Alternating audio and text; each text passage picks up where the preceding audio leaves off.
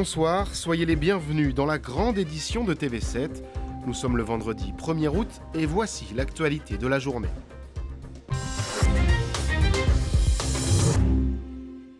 C'est officiellement le début d'un nouveau chapitre pour le Stade Atlantique de Bordeaux, anciennement Stade Matmut. La gestion de l'édifice est reprise par la métropole. L'officialisation a eu lieu ce matin avec une mission claire, continuer de faire vivre le stade. Reportage sur place, Adèle Rézère. Le logo est fraîchement changé, place au Stade Atlantique, un nouveau nom pour une nouvelle ère. Nous franchissons une étape importante dans la vie de cet équipement emblématique de notre métropole. La régie d'exploitation du Stade Atlantique Bordeaux Métropole prend officiellement ses fonctions ce jour. Mais plus qu'un simple changement de nom, c'est surtout la fin d'un partenariat avec la société SBA. 21 millions d'euros de pertes en 10 ans, elle n'a jamais su trouver sa rentabilité. Un constat d'échec qui pousse la métropole à gérer directement le stade. L'objectif, c'est de faire mieux. Ce stade, on avait la volonté qu'il continue de vivre et qu'il continue de vivre en rayonnant le plus possible pour la métropole. Quel coût pour la métropole ? Entre 8 et 10 millions d'euros selon les prévisions. 3 piliers permettront le financement, les matchs sportifs, l'accueil d'événements professionnels, mais aussi des concerts. Il est magnifique, donc il a déjà cette capacité d'attrait naturel en lui-même. Il a été aussi très bien conçu et ça a été aussi reconnu par les différentes productions, les différents organisateurs qui sont venus. Premier événement pour cette nouvelle régie, le match d'ouverture de la saison des Girondins de Bordeaux, le 16 août.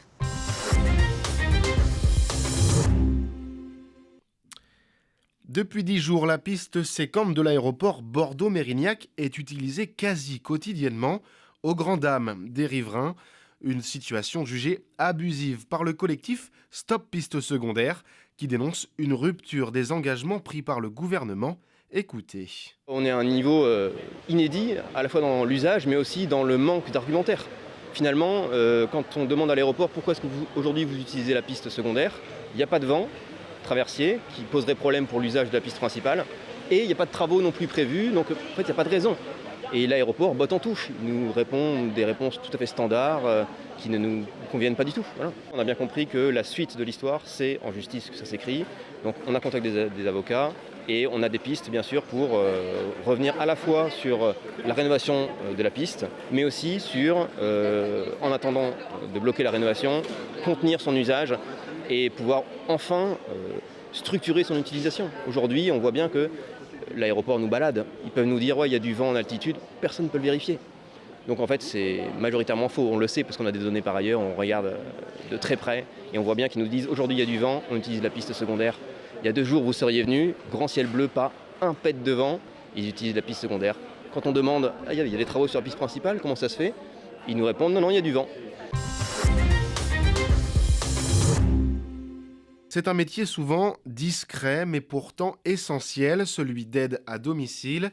Quotidiennement, 140 professionnels de l'association AGAP de Villeneuve-d'Ornon se mobilisent pour accompagner des personnes âgées ou des personnes en situation de handicap. Tristan Lambert. Messieurs. À 59 ans, Agnès vit avec le spina bifida, une malformation congénitale de la colonne vertébrale. Une pathologie qui empêche les vertèbres de se refermer complètement, exposant parfois la moelle épinière et qui l'isole chez elle un peu plus chaque jour. Pour l'accompagner au quotidien, elle peut compter sur le soutien précieux d'une aide à domicile. Elle me donne du réconfort, elle me donne du soutien moral. Voilà, donc je remercie l'Océan de Vie. Elle me porte une grande joie pour moi. Et ça me fait plaisir d'avoir des Océans de Vie pour m'aider dans ma vie quotidienne. Ancienne aide-soignante en maison de retraite, Agnès bénéficie de 38 heures d'accompagnement par mois. Chaque vendredi, c'est Zora qui vient lui tenir compagnie. C'est ce que Madame Forger a besoin. Moi, particulièrement, c'est l'accompagnement de repas. L'aider, des fois, elle me demande des tâches administratives ou d'aller à l'extérieur pour aller faire des petites courses dont elle ne peut pas avoir. Préparation de repas pour tout le week-end, puisque Madame Forger n'a personne le week-end. Donc ça, c'est aussi dans nos fonctions. Voilà, et puis l'écoute, parce que Madame Forger a besoin aussi de parler. La venue de Zora est gérée par l'AGAP. 350 personnes bénéficient de ce service d'aide à domicile. Aujourd'hui, les demandes augmentent, mais y répondre devient de plus en plus difficile. Sans notre prestation de service, les personnes ne pourront pas rester chez elles.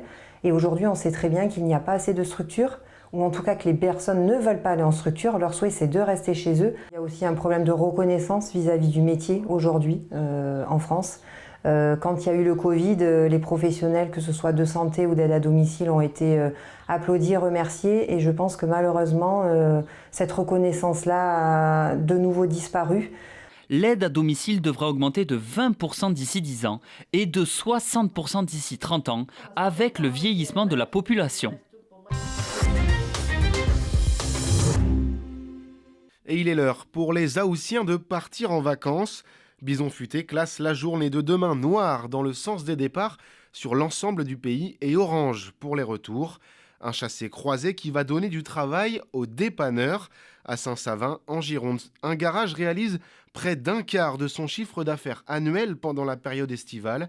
Immersion aux côtés de ces super-héros de la route, Adèle Rézère et Camille Joanny-Cotena.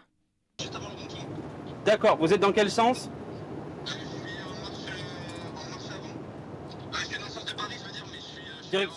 Des appels comme celui-ci, Florian en reçoit des dizaines par jour. En période estivale, près de 70 000 véhicules empruntent l'autoroute A10 quotidiennement. Ça dépend de la saison.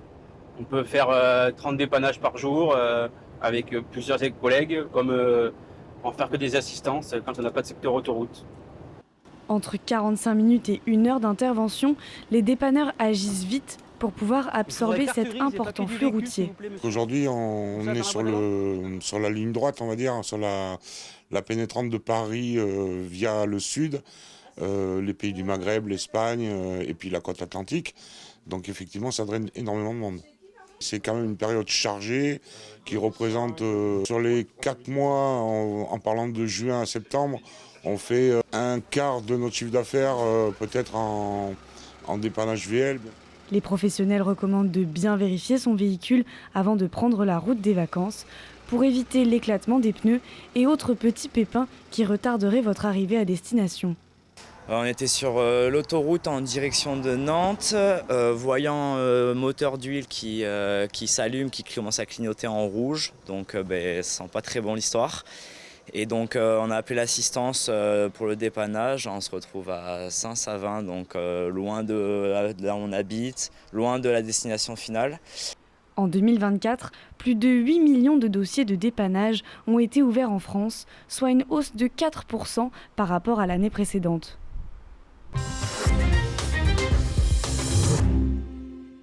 C'est la fin de cette édition. Merci à vous de nous avoir suivis.